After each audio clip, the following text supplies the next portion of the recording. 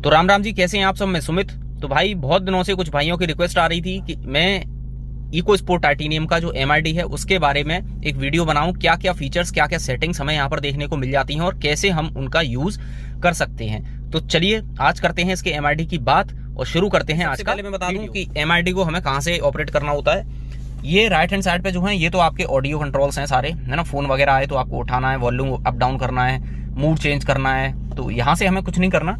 ये left hand side पे जो है ये MRD के कंट्रोल्स हैं। ये मेन्यू हो गया आपका, ये अप डाउन, ये किसी चीज को सेलेक्ट करना है ओके, और ये वापस जाने के लिए, ठीक है। तो ये यहाँ से कंट्रोल होगा पूरा MRD। तो सबसे पहले जैसे ही आप गाड़ी में बैठते हैं, इग्निशन ऑन करते हैं, तो इस तरह का हमें कुछ देखने को मिल जाता है। यहाँ पर सबसे ऊपर हमें किलोमीटर टोटल डिस्टेंस जो हमारी गाड़ी रन कर चुकी होती है। यहाँ पर 34 डिग्री आ रहा है, ये आउटसाइड टेम्परेचर है, बाहर का टेम्परेचर है, अंदर का नहीं है। यहाँ पर 2 ट्रिप्स देखने को मिल जाते हैं, 2 ट्रिप मीटर। अभी ये ट्रिप 2 है, इसमें मैं आपको बता दूं क्या क्या है। यहाँ पर जो अभी माइलेज हमारी गाड़ी ने दिया है 168 किलोमीटर हमारी गाड़ी चल चुकी है, और इस 168 में ये माइलेज हमें निकल कर आया है 17.2 का। नीचे अभी इंस्टेंट माइलेज गाड़ी क्या दे रही है, जैसे कि अभी खड़ी हुई है गाड़ी और AC चल रहा है, तो इस पर ये 0.6 लीटर 0.7 लीटर मतलब 700 ml पर घंटे के हिसाब से डीजल अब 400 ml हो गया। तो ये इंस्टेंट माइलेज गाड़ी दिखाती है। यहाँ पर ये आपकी गाड़ी डिस्टेंस 1 घंटे में कितना कवर कर रही है, कितनी स्पीड से आपने गाड़ी चलाई है, तो 33 किलोमीटर पर आवर का मेरा रहा है इस 168 किलोमीटर के दौरान, ठीक है। ये चीज आपको यहाँ पर देखने को मिल जाती है। इन चीजों को आप अलग भी कर सकते हैं, सेट कर सकते हैं अपने हिसाब से। ट्रिप 1 पर अगर हम आते हैं तो यहाँ पर ये सारा कुछ सेम है। नीचे यहाँ पर आ रहा है डिस्टेंस टू एम्प्टी, तो इसको आप अपने हिसाब से सेट भी कर सकते हैं। तो अब अगर हमें यहाँ से कुछ सेटिंग्स अपनी चेंज करनी है तो हम यहाँ से जाएंगे मेन्यू में जाके नीचे सबसे पहले तो मैं बता दूं रीसेट इंडिविजुअल वैल्यूज। यहाँ से अगर आपको किसी भी ट्रिप की सेटिंग 0 करनी है, रीसेट करना है, तो उसको आप कर सकते हैं। ऑल वैल्यूज भी कर सकते हैं, खाली ओडोमीटर भी कर सकते हैं, खाली टाइमर भी कर सकते हैं, ठीक है। और रीसेट एवरेज फ्यूल, जो एवरेज फ्यूल इकोनॉमी आ रही है उसको भी आप यहाँ से रीसेट कर सकते हैं। सारा कुछ रीसेट करना है तो सबसे ऊपर वाला जो ऑप्शन आता है रीसेट ऑल वैल्यूज, इसको आप कर सकते हैं।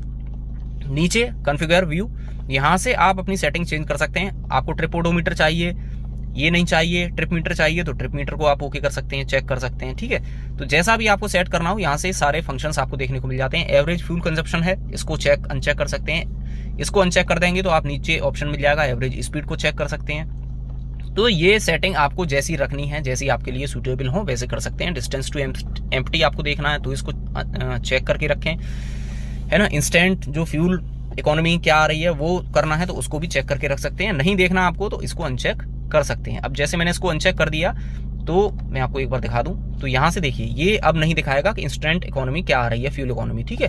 तो इसके लिए हमें यहाँ से इसको वापस चेक करना होगा। तो ये हैं इसके फ्यूल का और डिस्टेंस की सेटिंग्स, माइलेज वगैरह की, जो आप यहाँ से जो चीज़ देखना चाहें उसको कर सकते हैं। अब इसकी बाद जो बारी आती है, इसके नीचे हमें देखने को मिल जाता है डिजिटल स्पीडोमीटर।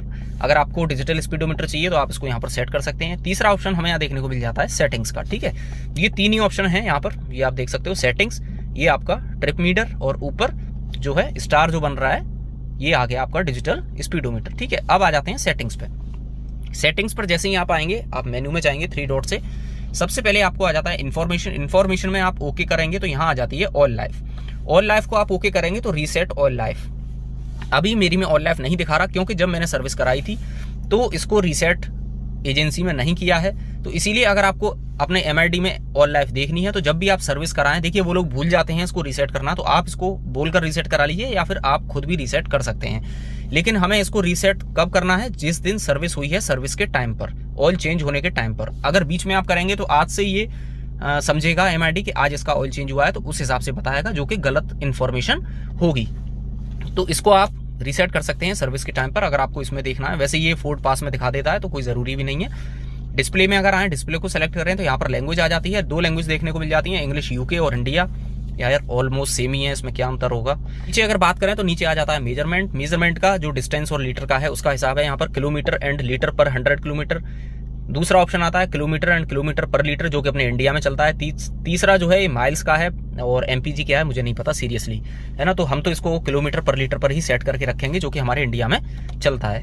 नीचे आ जाते हैं टेम्परेचर पे, तो यहाँ पे डिग्री सेल्सियस या फ़ारेनहाइट जिस पे आप सेट करना चाहें, मोस्टली सेल्सियस पर ही रखते हैं सभी लोग। तो ये डिस्प्ले में हो गया। नीचे आ जाता है ड्राइवर असिस्टेंस, तो इसमें आ जाता है rear park pilot. Rear park pilot on off करके हमें क्या होता है, क्या फीचर होता है इसका, ये मैं बता चुका हूँ इस वीडियो में। अगर आपने नहीं देखा तो ऊपर आई बटन में लिंक दे देता हूँ, उस वीडियो को आप जाकर देख सकते हैं। ठीक है, ये हो गया रियर पार्क पायलट का। अब नीचे आ जाते हैं व्हीकल सेटिंग्स में। व्हीकल सेटिंग्स में यहाँ पर हमें कुछ चीजें देखने को मिल जाती हैं। सबसे पहला ऑप्शन आता है ऑटो इंजन ऑफ।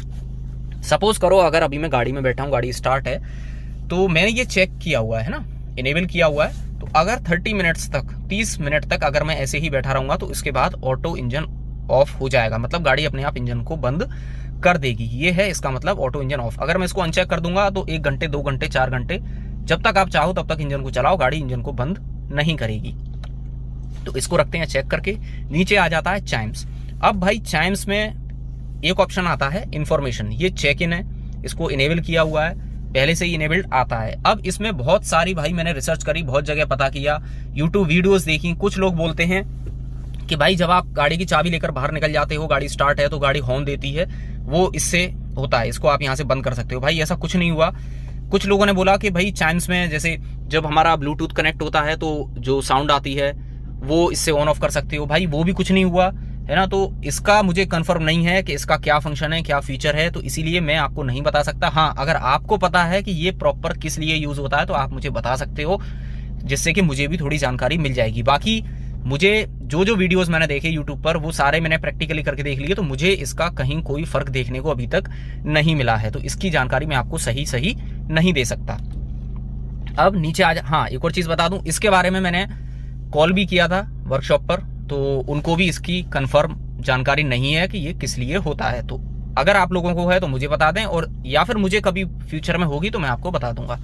नीचे आ जाते हैं लॉक्स पर। लॉक्स पर आप जैसे ही आएंगे तो इसके मेन्यू में जाएंगे, ऑटो लॉक, मतलब जैसे ही हमारी गाड़ी 10 की 12 की कितने पे होता है ऑटो लॉक हो जाता है ना, जैसे ही हम गाड़ी चलाना शुरू करते हैं 10 12 पे 15 पे, तो गाड़ी सेंटर लॉक हो जाती है अपने आप पूरा।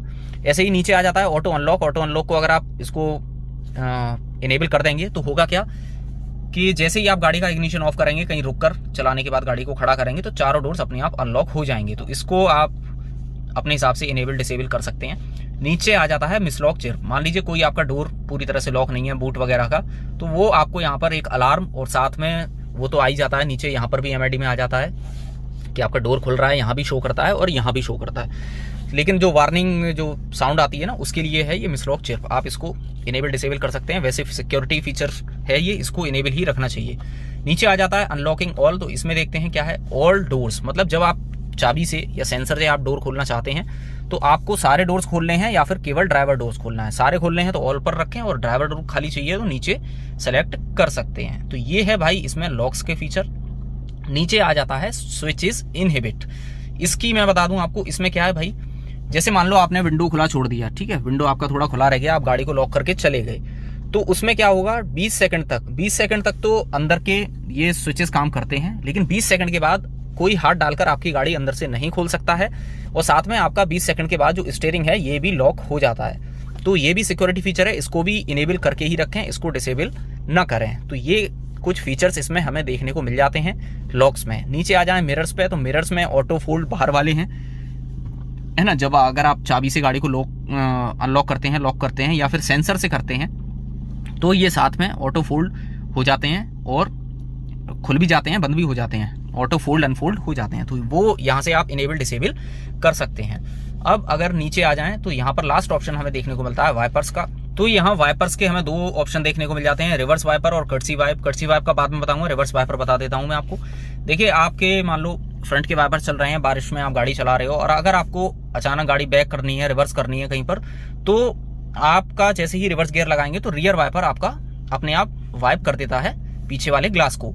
तो वो ये सिस्टम है, इसको आप इनेबल डिसेबल कर सकते हो। अगर आप इसको डिसेबल कर दोगे तो आपको यहाँ से मैनुअली फिर अपना रिवर्स वाइपर जो है एक्टिवेट करना होगा। ठीक है, ये है रिवर्स वाइपर का। अब आ जाते हैं कर्टसी वाइपर। कर्टसी वाइपर देखिए क्या है, जैसे आपने अपना विंडशील्ड पर पानी मारा, ये देखिए, ठीक है, 1 2 3, ठीक है, 3 बार इसने वाइप कर दिया रेगुलर।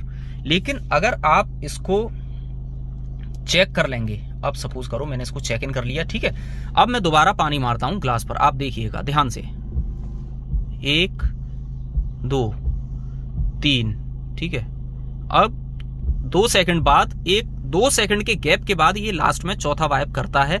उससे फायदा क्या है कि देखिए कई बार ये पानी की बूंदें नीचे बहकर आ जाती हैं या थोड़ी डस्ट वस्ट आ जाती है अचानक गीले शीशे पर, तो उसको ये चौथी बार में लाकर साफ कर देता है, वाइप कर देता है। तो इसको आप इनेबल करके रखो, मेरे हिसाब से तो वो ज्यादा बेटर है, क्योंकि ऐसा हमेशा होता है कि भाई थोड़ी बहुत बूंदें आ जाती हैं, फिर हमें मैनुअली एक बार लास्ट में वाइप करना पड़ता है। अगर आप इसको इनेबल करके रखोगे तो ये आपका चौथी बार लास्ट में 2 सेकंड के गैप के बाद, ज्यादा लंबा नहीं, 2 सेकंड का गैप लेता है, उसके बाद ये आपका विंडशील्ड को वाइप कर देता है। तो ये हैं भाई कुछ फीचर्स इसके अंदर, इसके MID में। तो उम्मीद करता हूं भाई वीडियो आपको पसंद जरूर आ गया होगा, सारी चीजें समझ भी आ गई होंगी। तो अगर वीडियो पसंद आ गया है तो इसको लाइक जरूर कर देना। तो चलिए मिलेंगे जल्द एक नई वीडियो में, तब तक के लिए जय हिंद, जय भारत।